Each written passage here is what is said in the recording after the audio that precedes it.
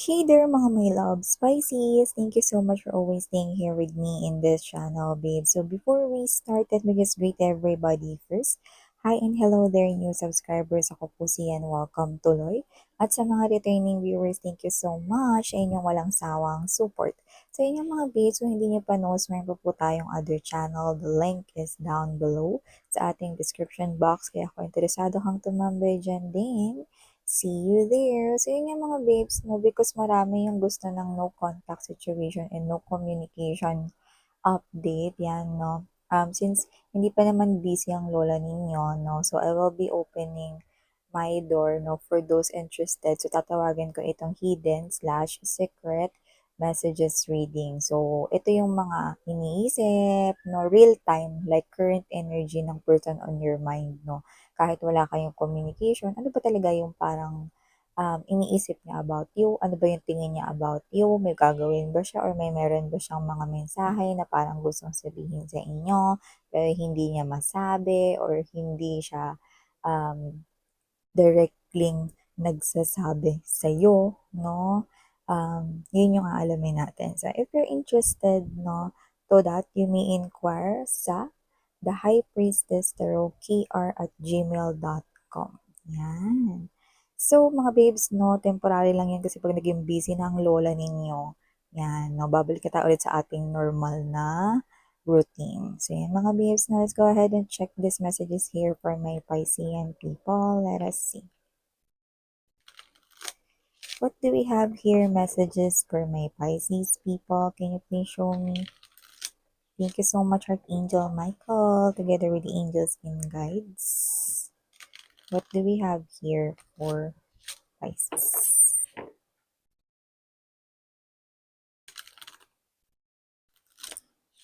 Messages for Pisces, please. Can we get messages from my Piscean people?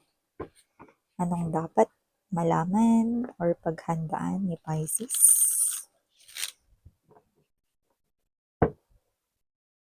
Okay. Ilatag naman na natin mga babes. So we do have here for you guys the Ten of Air.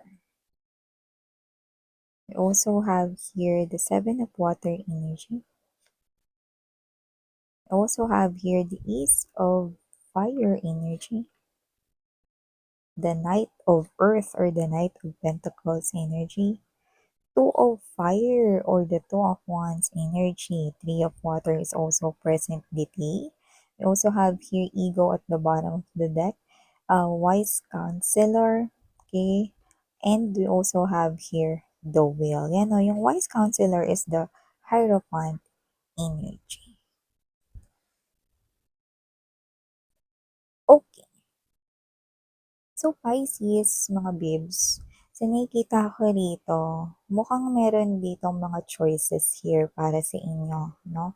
Meron ditong mga offers na naglalabasan. Yung iba, possible na related ito sa work. Yung iba naman, possible na related ito sa emotions and feelings, no? Pero hindi pa kayo makapag-decide at posibleng nag-overanalyze kayo at nag-overthink kayo masyado dito, no?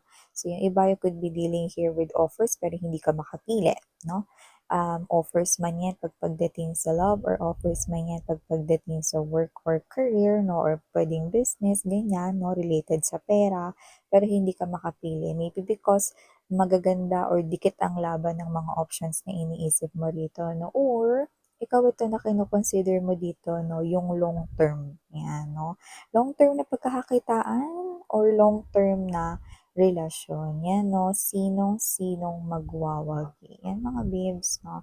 Bigyan ko kayo ng tip, mga babe, no? Yan. So, huwag kayong magmadali. Yan, no? Huwag kayong mag-overthink din. Okay? Take your time. Kasi nga, you're looking for long term, di ba, Pisces? So, for you to be able to make the right decision, listen to your intuition, and at the same time, do not rush into things, no? Kung gusto ninyong kumuha at mag-gather ng information patungkol dyan sa tao na yan, kung love life man yan, no? At try to understand your feelings and emotions, lalo na kung options yan when it comes to love, no?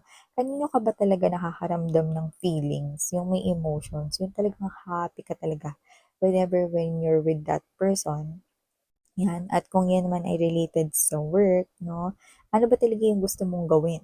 Gusto mo talagang bang magtrabaho o gusto mo magnegosyo na lang? O gusto mo bang palitan yung negosyo mo o wag na lang? Mga gano'n, okey? Huwag kang magmadali, don't pressure yourself kasi the more na pine-pressure mo yung self mo, the more na parang mas, nase-stress ka and at the same time, you're attracting negative energies, okey? So, dapat huwag maging gano'n 'no, try to relax 'no, and chill lang, okey. So, maliban diyan nakakita rin ako rito 'no, na posibleng, meron ditong energy someone close to you, possible na, ma-disappoint ka niya. May nakikita tayong gano'n, could be a friend, family member, it could be a relative right here, someone close to you 'no. Maaaring i-disappoint ka niya rito 'no, at dito nakikita ko na posibleng sabihin mo 'to ng direkta pero posible rin namang sa isip mo lang 'no, maaaring sabihin mo na sa tagal-tagal natin magkakilala hindi ko akalaing kaya mong gawin 'yan sa'kin, 'yan. So, I don't think that's a good news para sa inyo, pero eventually spirits are saying right here 'no, advising you to prepare 'no, na someone here near you, hindi nga lang near, close to you 'no, might end up betraying you. 'No? Alam niyo kasi mga babes 'no, human beings are human beings. Human beings 'no, is merong natural na energy na may pagka-greedy. So once yung lust, yung desire 'no, ay kinain na ang isang human being or isang tao, wala na. Wala na ritong kahit magkakilala pa tayo ng matagal, kahit na close pa tayo, basta 'pag gusto ko ito at ginusto ko itong bagay na 'to, gusto ko akin 'to, then lahat mawawala na 'yun. Wala kang pakialam kung close tayo, wala kang pakialam kung matagal na tayong magkakilala, blah, blah, blah, see? So, gano'n 'yan mga babes 'no. So, lagi ko sinasabi simula nung nagsimula yung channel na 'to 'no, na wala kayong dapat pagkatiwalaan sa sarili niyo kasi sa huli, ikaw pa rin at ang sarili mo 'no, yung magkasama. Okay? Tandaan niyo 'yan, never trust anyone 101% 'no, basta yung sarili mo 'no. Kaya nga uso yung love yourself, 'di ba? Lagi mong uunahin yung sarili mo, love yourself first, 'yan 'no. Kasi bakit? Kasi 'pag binigay mo lahat sa iba, wala na matitira sa'yo, durog ka, wasak ka, 'di ba?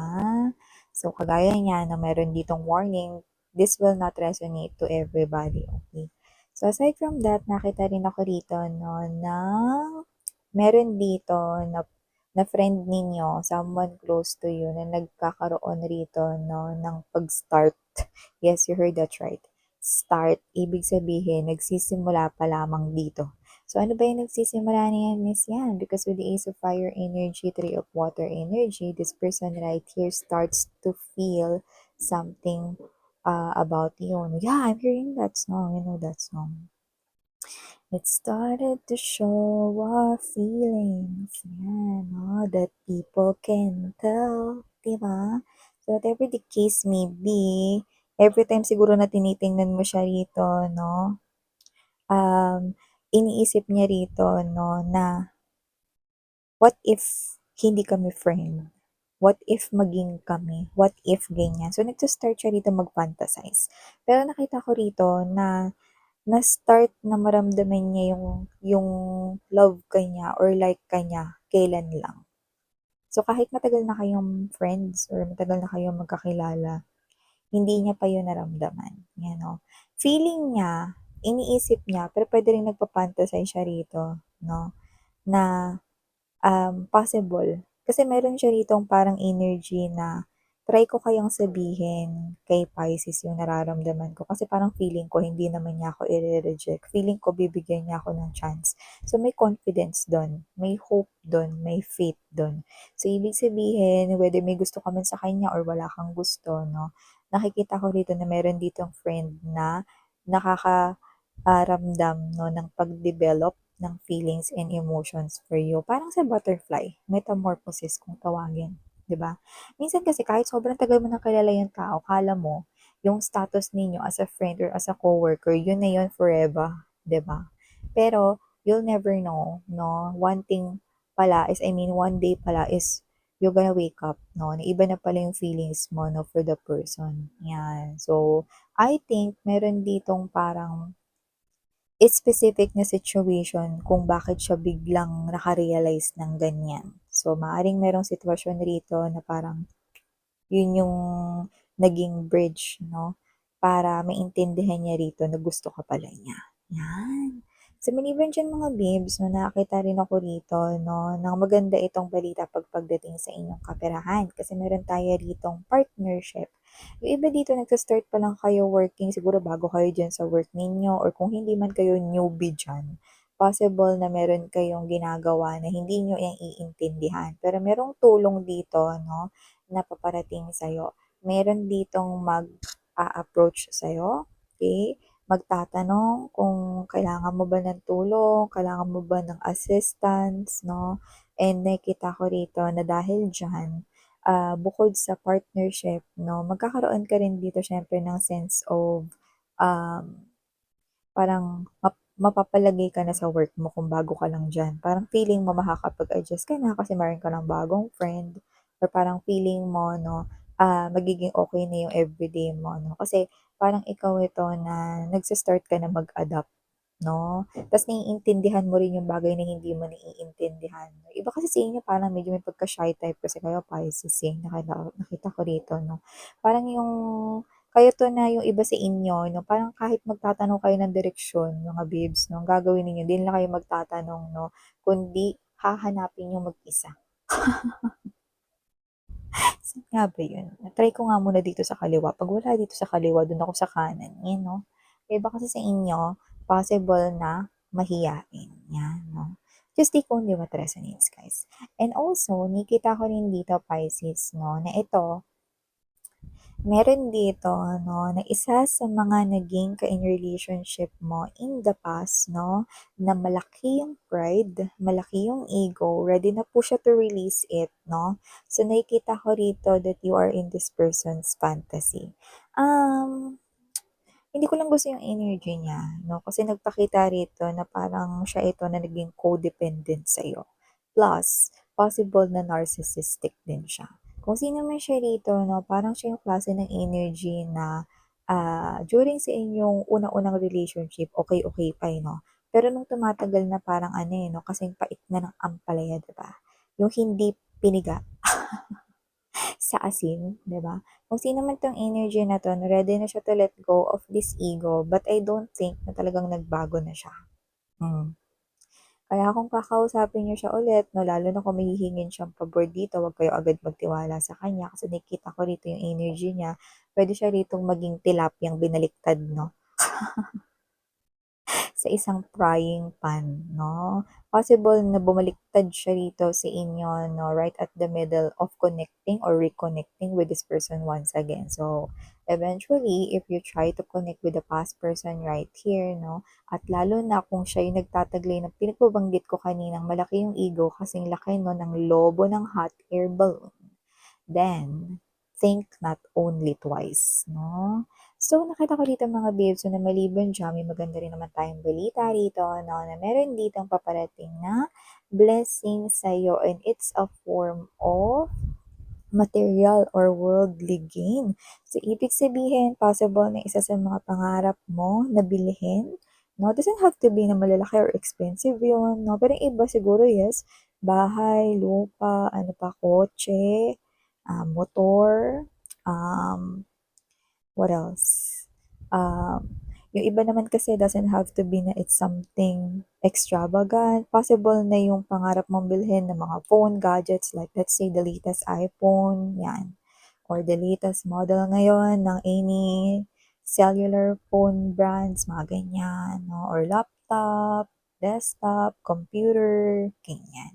So, nakikita natin dito, no, na parang kayo to na mabibili niyo yan. Okay? Or, maa-afford mo ng bilhin yan. Okay? Basta something to do with the worldly gains, no? Like, nabibili ng money. Yun yung nakikita natin dito. Di ba something great nga will come to your money rin kasi as well, no? And definitely, luck is on your side. Kaya naman kung meron kang gustong i-push, lalo na may kinalaman sa pera, go ahead, do that. Ito yung right time para gawin mo yan, Pisces, because universe right here got your back.